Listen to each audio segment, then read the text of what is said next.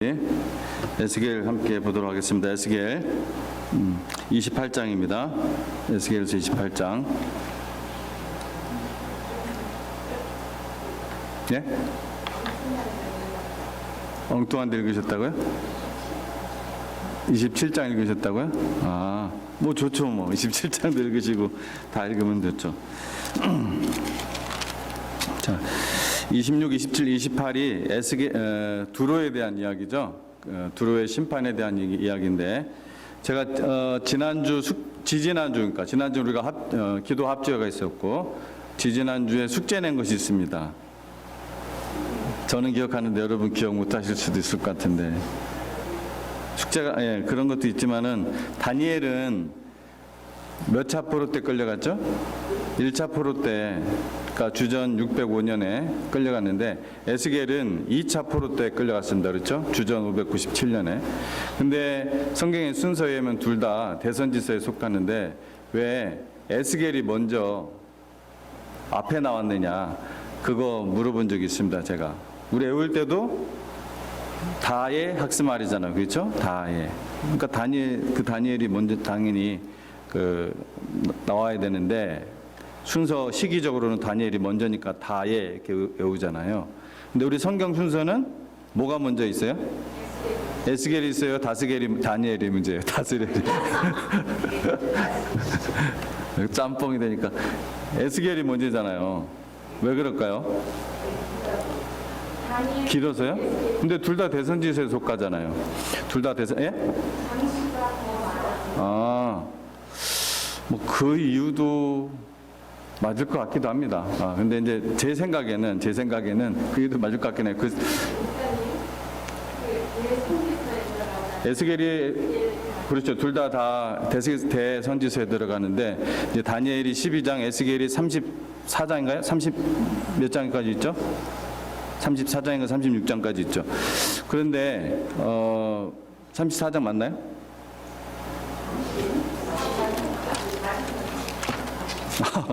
예, 제가 잘못 알고 있었네. 예.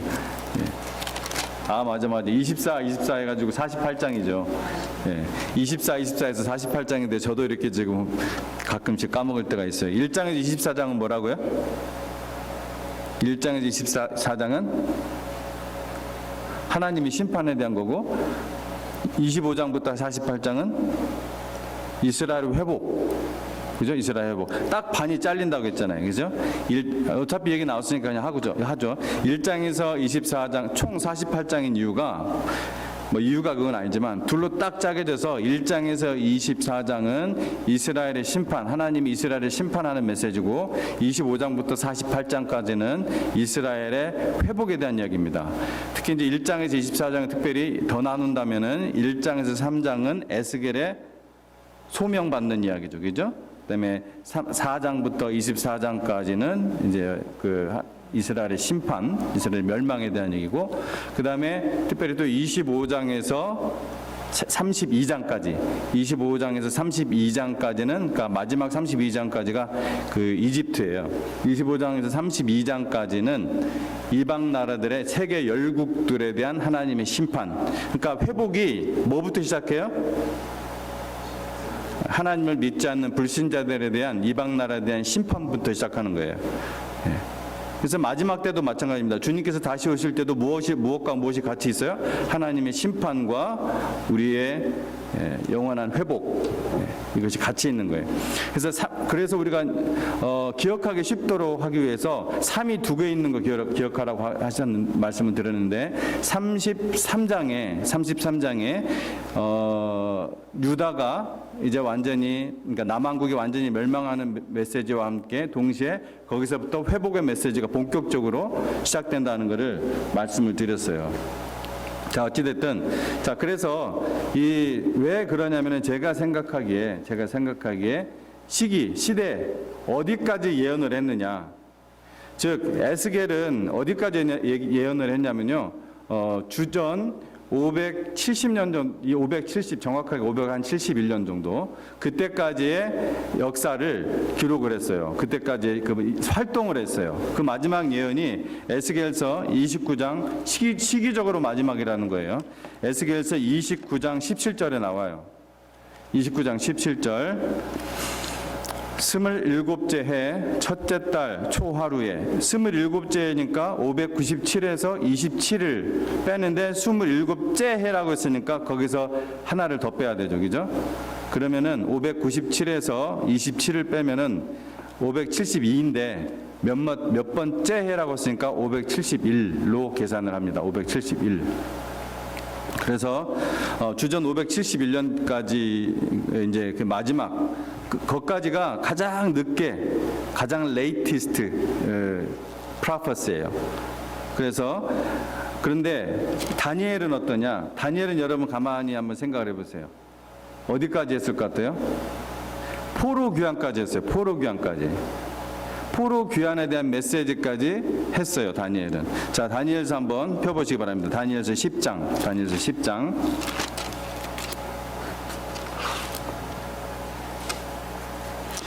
10장 1절. 10장 1절. 바사왕 고레스 제3년에 한 일이 벨데사사레라 이름한 다니엘에게 나타났는데, 자, 그러니까 이때도 하나님의 환상을 본 거예요. 히데겔 강가, 그 유명한 히데겔 강가에서 본 환상이에요. 이 환상을 본 때가 언제라고요? 고레스, 바사왕 고레스 제3년. 그래서 원년 연전이면은 538년이잖아요. 그죠?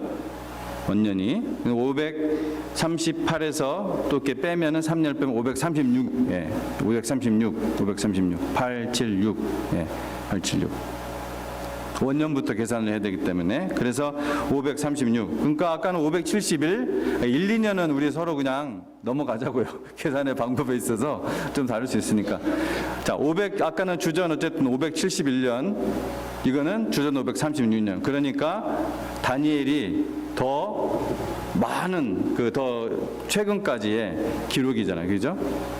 예, 그래서 그런 것이 아닌가 저는 그렇게 생각을 해요. 근데 여러분 장수가 더 많으니까 그 앞에 있다 얘기하셨는데 그 뒤에 있다고 에스겔이 앞이라고 하셨는데 장수가 많으니까. 근데 저는 다니엘이 그 뒤에 역사까지 기록을 했기 때문에 다니엘이 뒤에 기록한 거 아닌가 저는 그렇게 생각한다 이렇게 말씀을 드리는 거예요. 뭐 그게 그렇게 중요하지 않지만 이런 걸 계기로 해서 저는 얘기하고 싶은 게 뭡니까? 에스겔이 어느 시대까지 예언을 했고 다니엘이 어느 시대까지 예언했다. 요거 얘기하고 싶은 거예요. 그 순서가 중요한 것이 아니라. 자, 그래서 우리가 지난 시간에 봤던 거 오늘은 이제 두로에 대한 거니까 한번 지도를 다시 한번 보고 여러분 기억하시기 바랍니다. 그래서 느보산 위에 뭐가 있어요? 암몬, 그죠? 암몬. 그다음에 그 사해 옆에 모압, 그다음에 사해 아래 에돔, 그다음에 가사와 아수도부터 거기 블레셋, 거기로부터 쭉 위로 지중해 해안을 따라 올라가면은 두로에서 약 20km였나요? 20마일이었나요? 20km였죠? 20km 정도 올라가면은 잘 기억 안 나네요. 하여튼 두로에서 한 20km든 20마일은 2배 차이 나는데 두로에서 시돈까지 가까워요. 그 정도 거리에. 뭐 옛날로 따지면 먼 거리겠지만 어쨌든 오늘 이제 두로의 심판과 함께 28장에는 시돈에 대한 심판 이야기도 같이 나옵니다. 그래서 두로와 시돈은 사실은 한 묶음으로 보면 돼요. 두로 심판이고 시돈의 심판이나 마찬가지입니다. 자, 여러분 다시 한번 기억해 보세요. 기억나셨죠? 예, 다 하셨죠? 제일 위에가 뭐예요? 제일 위에가 느보산 위에 암몬. 그다음 그 아래 지중해 사해 옆에 모압. 그다음에 에돔 아래 에돔 아래 오늘 이렇게 말이 사해 아래 에돔. 그다음에 가사부터 아수도까지가 블레셋이고 저 위에가 두로. 그렇죠? 예. 요거는 이제 우리 오늘 볼 필요가 없습니다. 오늘 여기까지만 보면 되겠습니다. 자, 그래서 이거 두로 기도가 아니죠. 자, 1절부터 우리가 그 5절까지 다시 이제 에스겔 말씀을 펴 보시기 바랍니다. 1절부터 이제 5절까지 말씀 중에서 다 읽으면 너무 많으니까 2절 말씀 읽겠습니다. 2절만 같이 읽겠습니다. 시작. 인자야 너는 두로 왕에게 이르기를 주 여호와께서 이같이 말씀하시되 내 마음이 교만하여 말하기를 나는 신이라 내가 하나님의 자리 곧 바다 가운데 앉아 있다도다. 내 마음이 하나님의 마음 같은 채 할지라도 너는 사람이요 신이 아니거늘. 옛날에 나는 가수다 뭐 그거 아세요? 뭐 그러다 보니까 나는 목사다 뭐 나는 시리즈가 한동안 좀 유행을 했었어요. 나는 성도다 뭐 나는 뭐 여러 가지가 있을 수 있겠죠. 근데 두로 왕이 뭐라고 했다고요? 나는 신이다. 자기가 신이라고 하는 거예요. 왜 그렇게 마음이 교만해졌죠? 왜 이렇게 마음이 높아지고 교만해졌죠?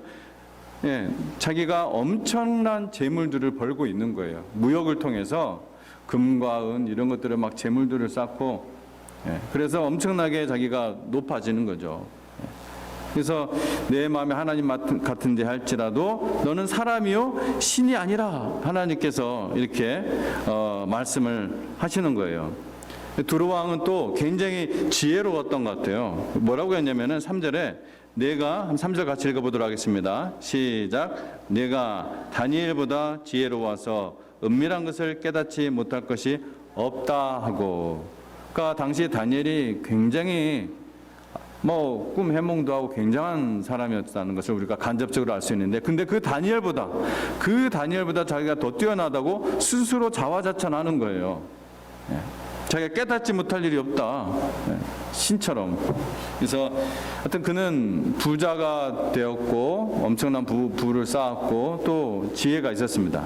그러나 그는 이런 많은 지식과 또 그 많은 재물로 인해서 마음이 높아졌고 교만해졌다 성경은 얘기합니다.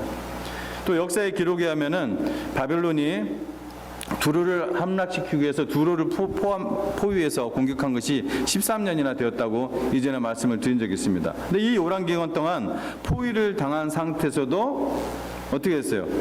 망하지를 않았어요. 그냥 해변 도시만 그냥 박살내놨지 메인 도시인 그 바위 섬에 있었던 그 두로의 성은 뭐 끄떡이 없었던 거예요. 저번 때 말씀드린 그런 이유로. 그러니까 두로 왕이 지금 엄청나게 교만한 거죠. 니네 뭐 바벨론 같은 대제국이 요만한 섬나라 이기지를 못하니까, 정복을 못하니까 얼마나 지금 자기가 바벨론 왕보다 더 높이 있다, 나는 신이다 이렇게 생각할 수밖에 없는 거죠. 근데 어쩌면 포로로 바벨론에 잡혀와 있던 이 유대인들에게 이러한 두로의 존재는 하나의 소망같이 느껴졌을까요? 절망처럼 느껴졌을까요? 두로의 존재는 희망처럼 느껴졌을 거예요. 왜? 적의 적은 아군이니까. 그렇죠? 바벨론의 적이 뭐예요? 두로잖아요. 근데 그 두로를 못 이기니까 바벨론의 그 포위 공격에도 불구하고 무너지지 않고 도리어 바벨론을 꺾어버릴 수도 있겠다, 이런 생각을 할 수 있을 거잖아요. 그러니까 이 자신들에게도 그러면 어떻게 돼요? 우리도 돌아갈 소망이 있다. 70년이 아니라 우리도 그 안에 빨리 하나님이 말씀을 해도 그런 게 있잖아요. 우리가 안 일어나기를 바라는 마음, 돌아갈 소망이 있다고 여겼을 것이기 때문에 그래요. 그런데 오늘 에스겔이 뭐라고 해요? 이런 상황에서 두로 왕에 대한 하나님의 심판의 메시지를 전하는 거예요. 그러니까 유다인들의 뭐예요? 그 남은 그냥 찌꺼기 같은 그 희망 먼저 완전히 사라져 버리는 거죠. 하나님 어떻게 하시는 겁니까? 하나님 의지하지 않는 것은 다 끊어버리는 거예요. 하나님 의지하는 그 라인만 남겨놓고 뭔가 다른 것에 대해 뭔가 소망의 끈을 연결해 놓는 것들은 하나님께서 다 끊어버리세요. 하나님만 바라보도록. 하나님의 심판은 바로 이런 방법입니다. 완전하게 우리가 온전히 하나님께만 돌아서도록. 자, 그다음에 이제 6절에서 10절 보면은 역시 좀 보도록 하겠습니다. 6절에 10절. 여기 보면 하나님께서는 두로 왕이 어디에서 죽는다고 나오냐면은 바다 중심에서 죽게 할 것이다, 이런 말씀이 나와요. 6절에 10절 한번 같이 또 읽어보도록 하겠습니다. 시작. 그러므로 주 여호와께서 이같이 말씀하셨느니라. 내 마음이 하나님의 마음 같은 채 하였으니 그런즉 내가 이방인 곧 여러 나라의 강포한 자를 거느리고 와서 너를 치리니 그들이 칼을 빼어 내 지혜 아름다운 곳을 치며 내 영화를 더럽히며 또 너를 구덩이에 빠뜨려서 너를 바다 가운데서 죽임을 당한 자의 죽임같이 바다 가운데서 죽게 할지라. 내가 너를 죽이는 자 앞에서도 내가 하나님이라고 말하겠느냐? 너를 치는 자들 앞에서 사람일 뿐이요 신이 아니라 내가 이방인의 손에서 죽기를 할례 받지 않은 자의 죽음같이 하리니 내가 말하였음이니라. 주 여호와의 말씀이니라 하였다 하라. 예. 그래서 야, 네가 그 바다 한가운데서 죽을 때에도 내가 하나님이다, 네가 여전히 그렇게 말할 수 있겠느냐? 하나님께서 지금 말씀하시는 거죠. 그래서 이 두로 왕은 그를 치는 자들의 그 손에서 사람일 뿐이요 신이 아님을 당연히 알게 되겠죠. 그래서 하나님께서는 이렇게 예언하시고 이 예언대로 이루실 거라고 말씀을 하셨습니다. 자, 그 뒤 또 11절부터 14절까지의 말씀을 우리 한번 같이 읽어보도록 하겠습니다. 11절부터 14절. 잠깐만요. 이게를 사실 어디까지 읽냐면은 14절, 15절까지 읽겠습니다. 15절 시작. 여호와의 말씀이 또 내게 임하여 이르시되 인자야 두로 왕을 위하여 슬픈 노래를 지어 그에게 이르기를 주 여호와의 말씀에 너는 완전한 도장이었고 지혜가 충족하며 온전히 아름다웠도다. 내가 옛적에 하나님의 동산 에덴에 있어서 각종 보석 곧 홍보석과 황보석과 금강석과 황옥과 홍만호와 창옥과 청보석과 남보석과 홍옥과 황금으로 단장하였으며 내가 지음을 받던 날에 너를 위하여 소구와 비파가 준비되었도다. 너는 기름 부음을 받고 지키는 그룹이며 내가 너를 세우매 내가 하나님의 성산에 있어서 불타는 돌들 사이에 왕래하였도다. 내가 지음을 받던 날로부터 내 모든 길을 완전하더니 마침내 내게서 불의가 드러났도다. 16절까지 읽겠습니다. 시작. 내 무역이 많으므로 내 가운데 강포가 가득하여 내가 범죄하였도다. 너 지키는 그룹아, 그러므로 내가 너를 더럽게 여겨 하나님의 산에서 쫓아냈고 불타는 돌들 사이에서 멸하였도다. 자, 여러분 여기 말씀 읽으면서 밑줄을 한번 쳐보세요. 뭐 연필이나 이런 거 있으시면 13절에 하나님의 동산 에덴, 그 다음에 14절에 기름불 받고 지키는 그룹, 그 다음에 16절에 너 지키는 그룹아, 이런 말씀들이 나옵니다. 자, 이제 11절부터는 이제 시작하는 이 두로왕의 그 애가, 두로왕 심판에 대한 두로왕의 애가는 문자적으로는 이해하기가 무리가 있어요. 왜 그런 것 같아요? 언뜻 보기에는 에스겔 지금 28장 11절에서 19절 이 예언은 인간 왕을 언급하는 것처럼 보입니다. 근데 하지만 제가 밑줄 치라고 한 부분들이 있죠. 그런 부분들, 이거는 단순한 인간 왕을 넘어서는 거예요. 왜? 어떤 의미로도 이 땅의 왕이 에덴 안에 있었다거나 혹은 스스로 기름 부음을 받고 지키는 그룹이라는 것은 뭐라고 했죠? 케루빔이라고 했죠. 케루빔. 그룹은 지아로유피, 물이 이런 뜻이 아니라 케루빔을 히브리어를 그냥 발음을 하면은 우리나라 말로 그냥 그룹이라고 하는 거. 뭐예요? 그게 케루빔이 천사예요. 하나님의 부리는 천사. 그러니까 기름 부음을 받고 지키는 그룹이라거나 혹은 하나님의 동산 위에 있었다. 또 지키는 그룹, 여기 또 나와요. 16절에 지키는 케루빔, 지키는 천사. 그러니까 어떤 의미로도 이 땅의 왕이 뭐 에덴 안에 기름 부음을 받은 지키는 케루빔 이런 것으로 주장할 수는 없죠. 어떤 왕도. 그러니까 대부분의 성경의 해석학자들은 이 부분을 누구를 가리키는가라고 보냐면은 두로 왕도 1차적으로 가리키지만 누구를 지금 이중적으로 예언을 하고 있어요? 사탄의 심판, 사탄의 최종 심판에 대한 예언을 하고 있다고 보고 여러분도 그것에 동의가 될 것 같죠, 그죠? 예. 그렇잖아요. 그러니까 지금 하나님께서 이런 거예요. 여러분 좀 이해하기 쉽게 하면은, 여러분 부부싸움을 하다가, 아니 부부싸움이 아니다, 자 부부싸움이래. 여러분에게 이제 어떤 여러분 이런 얘기가 누구였나, 어떤 여러분 자식을 이렇게 혼내키다가 좀 약간 화가 날 때가 있어요. 얘가 좀 하는 짓이 꼭 지 애비 닮아가지고 지 애비 닮아가지고 생각이 막 나는 거야, 그죠?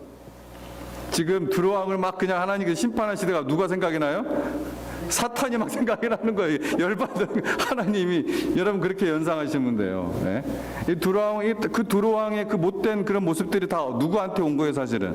사탄한테부터 온 거예요. 네. 그러니까 하나님도 지금 두로왕 심판하다가 막 그 사탄 이놈의 새끼 막 생각이 나는 거예요. 이게. 예? 여러분은 안 그런가 보군요. 여러분 너무나 완벽한 부부가 계신지 모르지만 어쨌든. 그러니까 아까도 얘기했지만 두로왕에 대한 심판이면서도, 그리고 최종적으로 사탄이 이렇게 멸망할 것이다. 이중적인 예언이라고 볼 수 있는 거예요. 그러니까 사탄이 타락하기 전에는 아까 우리 13절 봤잖아요. 읽기도 진짜 숨이 차요. 얼마나 많은 보석들로 막 언급을 하고 있어요. 이렇게도 정말 아름다운 피조물이었어요. 이렇게 아름다운 걸로 또 장식이 됐어요. 아마도 그 모든 천사들 중에서 가장 아름답고 가장 지혜도 많고 강한 자였을 거예요. 그래서 지키는 케루빔, 지키는 그룹이라는 말이 16절에 나오는데, 이 지키는 그룹이라는 표현은 사탄이 하나님을 지켰던, 하나님 보좌였던 천사였음을 가리키는 것처럼 보여요. 그래서 사탄의 타락은 무엇 때문이었다고요? 교만 때문이었습니다. 교만. 사탄은 자신을 아름답게 창조하신 하나님께 영광을 돌려야 되잖아요. 자신을 창조하신 하나님께 영광을 돌리기보다는 자기 힘으로 그렇게 높아졌다고 생각하면서 교만에 빠졌던 거예요. 그래서 사탄은 이렇게 반항한 결과로 하나님의 임재로부터 쫓겨났습니다. 쫓겨났어요. 결국 하나님의 저주를 받아서 영원한 불못에 던져질 것인데, 지금 사탄은 요한계시록에 의하면 어디에 있어요? 자, 요한계시록 복습 한번 해보겠습니다. 사탄은 지금 어디에 있어요? 그렇죠. 지금 무적행에 있습니다. 근데 무적행에 있다는 것은 정말 어떤 바름리스 프리즌에 지금 실제로 피지컬리 있다는 건 아니라고 했죠. 그런 것은 없어요. 그래서 왜 그런 무적행이 있다고 표현을 했습니까? 예수 그리스도의 십자가의 죽음으로 인한 결정타를 맞았기 때문에, 승리를 하셨기 때문에 매가리가 없는 거예요. 그래서 하나님께서 다시 오픈해 주시기 전까지 그냥 그 무적행에 갇혀 있는 거예요. 마지막 최후 심판 때 하나님께서 어떻게 해요? 다 끄집어내가지고 이제 완전히 그냥 사탄과 그의 쫄개들, 그리고 모든 악의 세력들을 하나님께 다 끝장을 내버려 주신 것입니다. 압도적으로. 그래서 인간 두로왕도 이렇게 사탄처럼 교만했던 거예요. 그래서 두로왕은 하나님의 주권을 인정하기보다 자신의 지혜와 힘 덕분에 두로가 풍요로워졌다고 생각한 거예요. 하나님께서 주신 거, 하나님께서 주신 거. 그래서 이렇게 다른 나라, 이제 나중에는 계속 부를 축적하다가 그 역사를 보면은 얼마나 또 그 부를 축적하기 위해서 많은 다른 사람들의 생명을 희생시켰는지 모릅니다. 아주 악한 왕이에요. 결국 영원한 파멸로 되는 거죠. 그래서 이러한 이 예언, 두로왕에 대한 이 예언은 부분적으로는 느부갓네살 왕 때, 그리고 그것이 최종적으로는 역사 속에서 최종적으로는 알렉산더 대왕 때 이루어졌다고 여러분 말씀을 드렸습니다. 자, 20절에서 24절 말씀 보도록 하겠습니다. 20절에서 24절. 또 여기는 이제 시돈의 심판, 시돈을 심판하는 그런 내용이 나옵니다. 시돈의 심판. 이거는 그냥 읽지 않고 그냥 간단하게 보도록 하겠습니다. 자, 하나님께서는 에스겔을 통해서 시돈에 대한 심판도 선언하셨어요. 그래서 하나님께서 그들 가운데서 심판을 행하심으로 그의 영광과 거룩함을 나타낼 것이다. 항상 하나님의 심판 가운데서는 하나님의 영광이 드러나고 또 하나님의 거룩함이 드러납니다. 하나님의 심판 속에는. 불의가, 세상의 심판은 어때요? 거기에는 공평함도 있지만 사실은 요즘 많은 심판, 재판들이 얼마나 불의한 것들이 많이 있습니까? 그러나 하나님 심판에는 오직 공의와 영광과 거룩함만이 나타나는 것입니다. 그래서 하나님인 거예요. 그때 그들은 하나님을 알게 될 거예요. 그래서 하나님께서는 20절에 24절에 뭐라고 하냐면 하나님께서 전염병을 보낸다고 합니다. 우리가 지금 코비드 전염병 한번 팬데믹 걸려봐서 알죠. 하나님께서 전염병을 보내고 또 칼을 보내서 완전히 그냥 시돈을 멸망시켜 버릴 것이다, 이렇게 말씀을 하고 있는 것입니다. 그리고 결론은 뭐예요? 그때에 내가 여호와인 줄 그들이 알 것이다. 또 그 말씀을 하세요. 하여튼 하나님의 이름 여호와, 스스로 계시는 그 하나님, 이 이름을 아는 것이 그렇게도 중요한 것입니다. 자, 25절에 26절은 읽어야 되겠습니다. 25, 26절 굉장히 중요한 말씀입니다. 25절에 26절 같이 읽어보도록 하겠습니다. 시작. 주 여호와께서 이같이 말씀하셨느니라. 내가 여러 민족 가운데 흩어져 있는 이스라엘 족속을 모으고 그들로 말미암아 여러 나라의 눈앞에서 내 거룩함을 나타낼 때에 그들이 고국 땅 곧 내 종 야곱에게 준 땅에 거주할지라. 그들이 그 가운데 평안히 살면서 집을 건축하며 포도원을 만들고 그들의 사방에서 멸시하던 모든 자를 내가 심판할 때에 그들이 평안히 살며 내가 그 하나님 여호와인 줄을 그들이 알지라. 아멘. 우리가 여기서 주목할 부분은 열국들에 대한 하나님의 심판이 어디서부터 어디까지라고 했어요? 25장부터 어디까지? 32장까지라고 했잖아요. 왜 33장부터 이제 북왕국의 멸망과 함께 동시에 이스라엘의 회복의 메시지가 33장부터 시작되니까, 그죠? 25장부터 32장, 이 25장부터 32장을 딱 정중앙에 뭘 위치해 놨냐면은 바로 25절, 26절 말씀을 딱 위치해 놨어요. 정중앙에.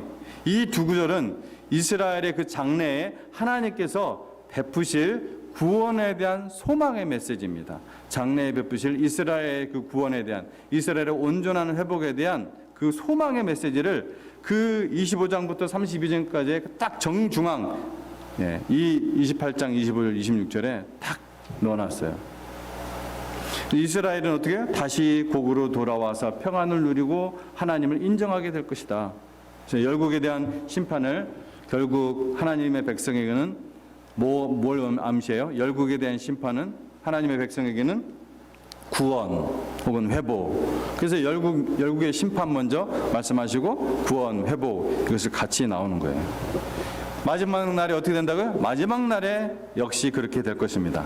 최후 심판 때. 하나님의 심판의 날이 하나님의 구원받은 하나님의 자녀들에게는 구원의 날, 최후 빅토리. 한번 우리 빅토리 한번 해보겠습니다. 시작. 빅토리. 에이. 승리하면 좀 힘이 안 나잖아요. 자, 빅토리. 다시 한 번 더 크게 한번 해볼까요? 쑥스러워요? 예. 자, 시작. Victory in Jesus. 예, 우리가 그런 찬양도 있어요. Victory in Jesus.라는 찬양도 있어요. 승리의 날이라는 거예요. 역사 속에서 어떤 일이 일어나도 요즘 막 그 AI 이것이 엄청나게 지금 많은 일들을 하게 되고 심지어 공포도 일으키고 많은 진짜 뭐죠 그게? 무슨 챗? 오픈 챗인가? 뭐 하여튼 언젠가 한번 이것도 제가 다루어야 될 필요가 있겠다 싶을 정도로 이거 어마어마한, 이게 4차 혁명이라고 하나요? 4차 산업혁명이라고 하나요? AI가? 어쨌든 어떤 일이 역사 속에서 일어날지라도 역사의 종말은 우리는 다 알고 있어요. 뭡니까? 하나님의 심판, 최후 심판과 함께 하나님의 자녀들의 영원한 구원, 이 일이 일어난다는 것입니다. 이것이 저와 여러분의 믿음인 줄로 믿습니다.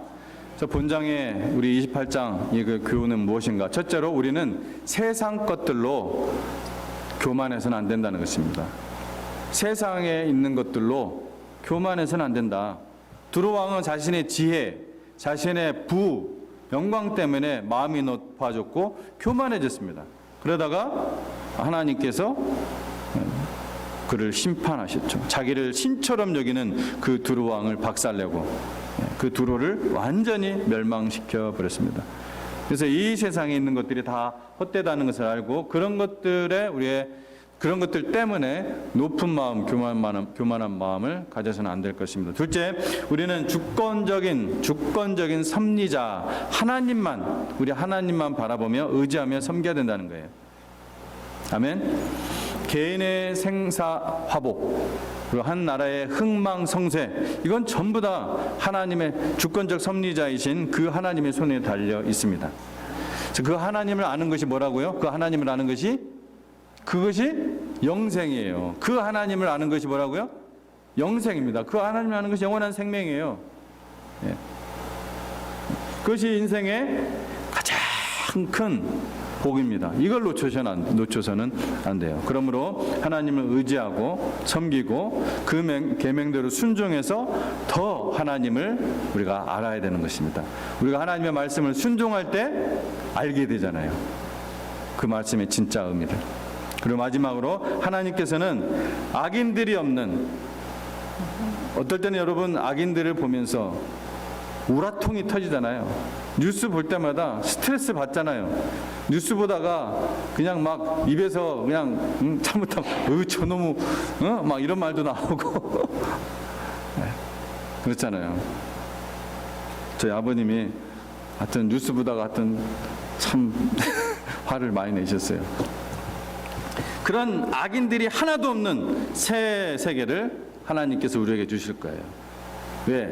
하나님께서 그것들을 다 완전히 제거해버릴 것입니다. 우리하고 완전히 분리시켜 놓으실 거예요.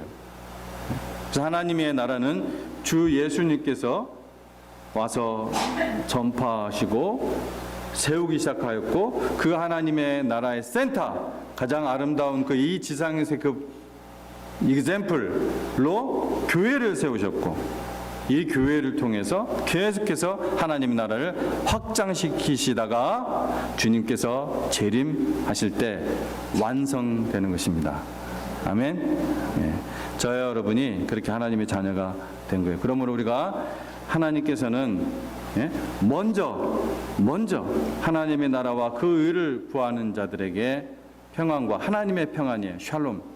이 샬롬과 그 형통을 이 세상의 삶에서도 부분 약속하셨지만, 어떤 것들은 그 원리대로 안 돌아가는 것 같아요. 왜 안 돌아갑니까? 그것은 이 세상 자체가 죄악으로 뒤틀려 있기 때문에. 그렇지만 궁극적으로 장차 올 이 세계는, 그 세계는 이 세상에 복된 그 어떤 삶과도 비교할 수 없는, 상상을 해보십시오. 이 세상의 어떤 복과도, 가끔씩 여러분 좀 그런 상상하시잖아요. 얼마나 좋을까, 저기 가보면. 그럴 때 있잖아요, 그죠? 그런 거 있잖아요. 그런데 가보고 싶은데. 어떤 것보다도 아름답고 복된 삶이 저와 여러분에게 이미 promised, 약속이 돼 있습니다. 우리 함께 기도하겠습니다. 하나님 아버지